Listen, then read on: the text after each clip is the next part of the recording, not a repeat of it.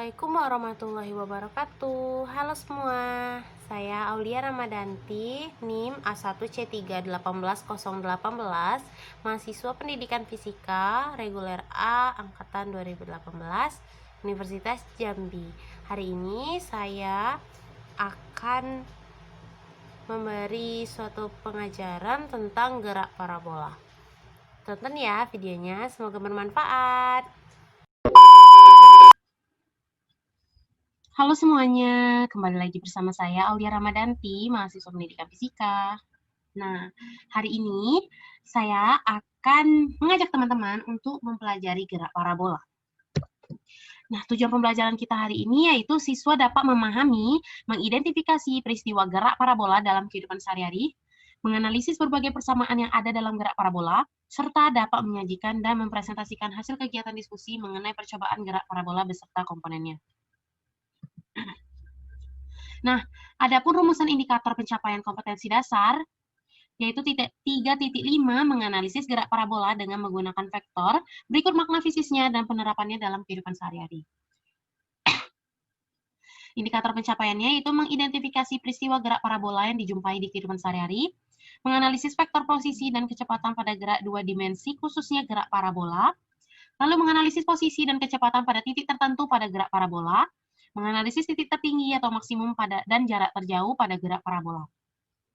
4.5 yaitu mempresentasikan data hasil percobaan gerak parabola dan makna fisisnya.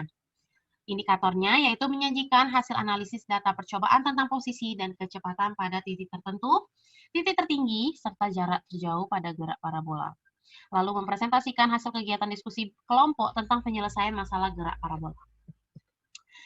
Nah, sebelum itu, saya ingin bertanya pada Nadia. Nadia tahu tidak contoh gerak parabola? Ya, benar sekali. Nah, seperti yang kita lihat pada ilustrasi ini, contoh gerak parabola sendiri dilihat pada seseorang yang menendang bola ke arah gawang. Nah, itu merupakan penerapan dari gerak parabola. Nah, ada lagi yang tahu? Ya, Holilah. Ya, contoh selanjutnya yaitu seperti orang yang melemparkan bola basket ke arah ring. Nah, hal yang dilakukan orang-orang tersebut merupakan penerapan dari gerak parabola atau gerak setengah lingkaran, yang merupakan gerak dua dimensi suatu benda yang bergerak membentuk sudut elevasi dengan sumbu X atau sumbu Y. Sumbu X horizontal merupakan GLB, dan sumbu Y atau vertikal merupakan GLBB. Kedua gerak ini tidak saling mempengaruhi, hanya saja membentuk suatu gerak parabola. Nah, selanjutnya, gerak parabola merupakan paduan dari GLB dan GLBB, seperti yang sudah saya jelaskan di slide sebelumnya. Di sini kita akan mencari sudut lemparan. Nah, itu kita bisa menerapkan teorematika Pythagoras yang sudah kita pelajari sebelumnya. Nah,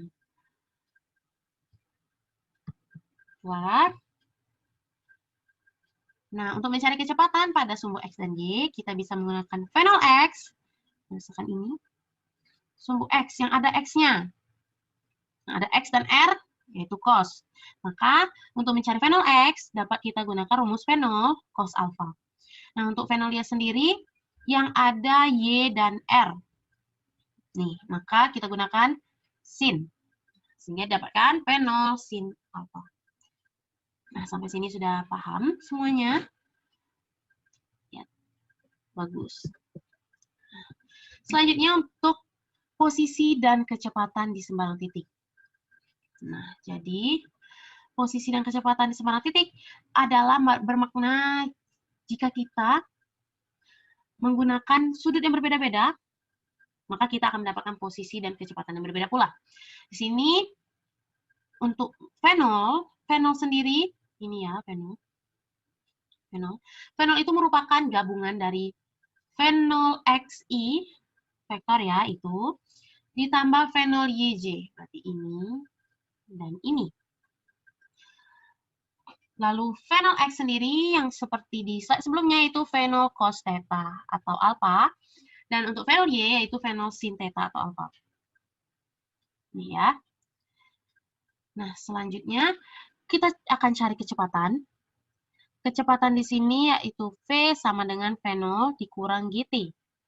Dengan catatan A atau percepatan itu sama dengan minus G atau percepatan gravitasi.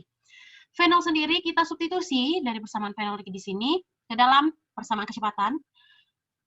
Maka didapatkan fenol Xi ditambah fenol Yj dikurang GTJ. Nah, fenol Xi ditambah fenol Y dikurang GT, maka didapatkan Px sama dengan fenol X dan Py sama dengan fenol dikurang GT. Nah, kenapa? Kenapa di sini dipisah? Bagus sekali pertanyaan dari saudara Diki. Nah, itu karena gaya vertikal itu sudah pasti dipengaruhi oleh gaya gravitasi, sehingga di sini fenol terpisah dari fenol X, fenol Y maksudnya terpisah dari fenol X bergabung bersama GT. Nah, seperti itu. Paham? Ya, terima kasih. Selanjutnya untuk mencari posisi, yaitu R sama dengan Xi ditambah Yj. Nah, Xi itu sendiri sama seperti fenol, maka kita masukkan persamaannya tadi, fenol Xi ditambah fenol Yj dikurang setengah GT kuadrat. Nah, didapatkan di sini nilai X sama dengan fenol X, dan nilai Y sama dengan fenol Y dikurang setengah GT kuadrat.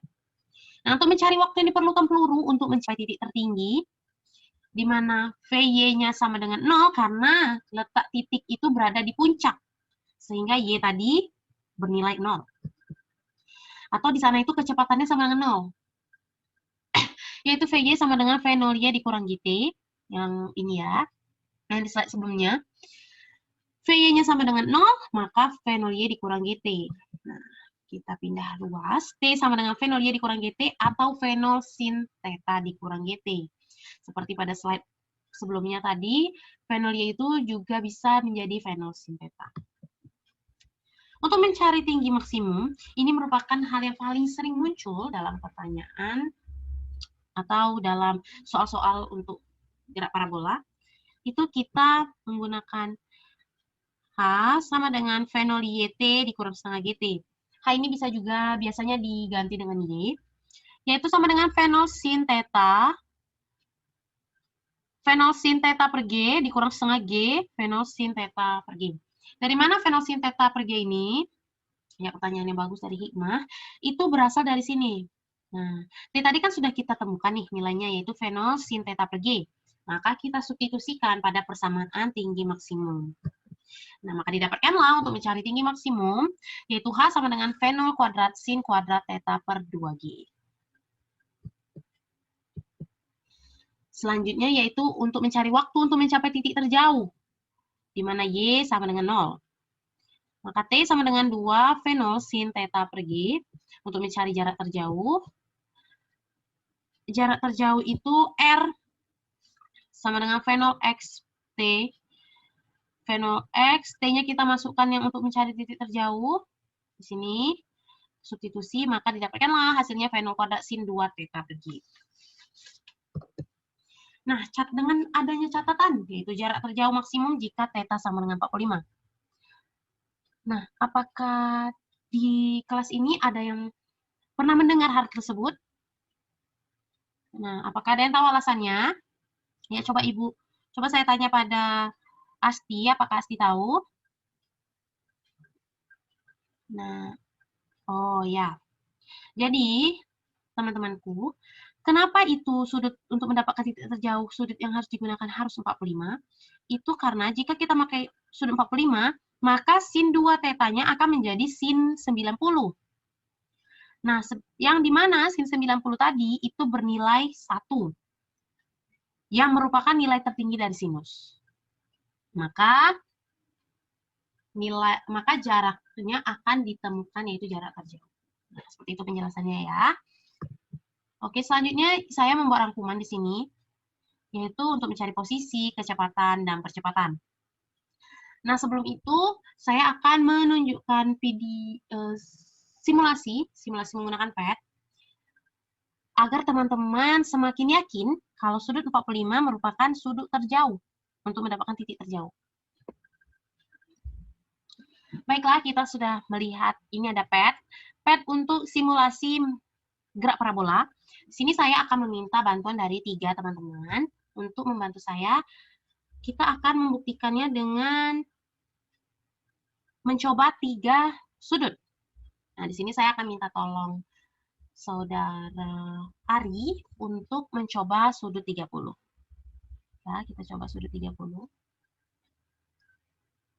Oke, coba kita tembakkan. Nah, di situ posisinya ya, di sini. Selanjutnya, Saudari Maria akan mencoba yang 60. Ya, coba Saudari Maria, 60 ya. Oke, coba kita tembakkan. Nah, mereka bertemu ya, saya bertemu ya, sudut 30 dan 60 tadi. Dan lalu yang terakhir itu Saudari Novita akan mencoba yang 45. Oke. Nah, terbukti kan? Di sini sudut 45 itu mencapai jarak terjauh. Kita ukur menggunakan meter.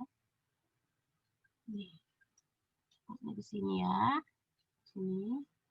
Kemudian kita tarik. Nah, untuk di sudut 45 jaraknya 31,87 meter. Sedangkan untuk di sudut 30 dan 60 itu 27,17 meter. Nah, itu menandakan kalau sudut 45 itu menjadi jarak terjauh pada lemparan. Nah, baiklah. Kita akan kembali ke PPT tadi. Nah, sebagai penguatan materi, saya di sini akan memberikan contoh soal kepada teman-teman semua. Yaitu di mana sebuah pohon mangga yang sedang berbuah berada pada jarak 10 meter dari seorang anak. Anak tersebut sedang mengincar sebuah mangga yang menggantung pada ketinggian 8 meter. Jika anak tersebut mengarahkan batu pada sudut 45 derajat terhadap horizontal, berapa kecepatan lemparan supaya batu mengenai sasaran dengan percepatan gravitasi 10 meter per sekon? Nah, diketahuinya jarak mendatar alias X itu 10 meter, Y-nya 8 meter, sudutnya 45 derajat, dan gravitasinya 10 meter per sekon.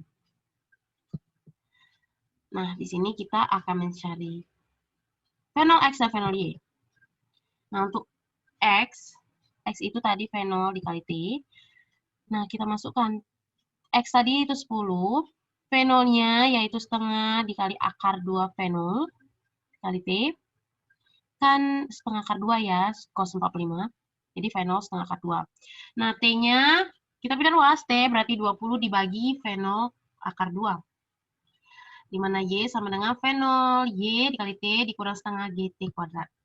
Nah, untuk jarak yang vertikal atau Y sama dengan setengah akar 2 V0 dikali 20 dibagi V0 akar 2 dikurang setengah dikali 10 dikali 20 dibagi V0 dikali akar 2 kuadrat. Y-nya tadi 8 ya. Nah, kita masukkan. Nah, maka dapatkan V0-nya 10 akar 5 meter per sekon. Jadi, kecepatan lemparannya adalah 10 akar 5 meter per sekon. Nah, kesimpulan yang bisa kita ambil pada gerak parabola ini adalah gerak parabola sendiri merupakan perpaduan dari GLB dan GLBB. Nah, tadi untuk mencari, jadi kita harus mengingat ya, X itu berarti, yang horizontal tadi berarti apa? Ya, apa? Ya, siapa yang menjawab? Oke, Pak Fauzia ya. X itu berarti tadi apa? Ya, benar, GLB. Dan sedangkan Y itu berarti GLBB. Nah, kita harus mengingat itu ya. Nah, baiklah. Sekian pembelajaran dari saya. Semoga bermanfaat.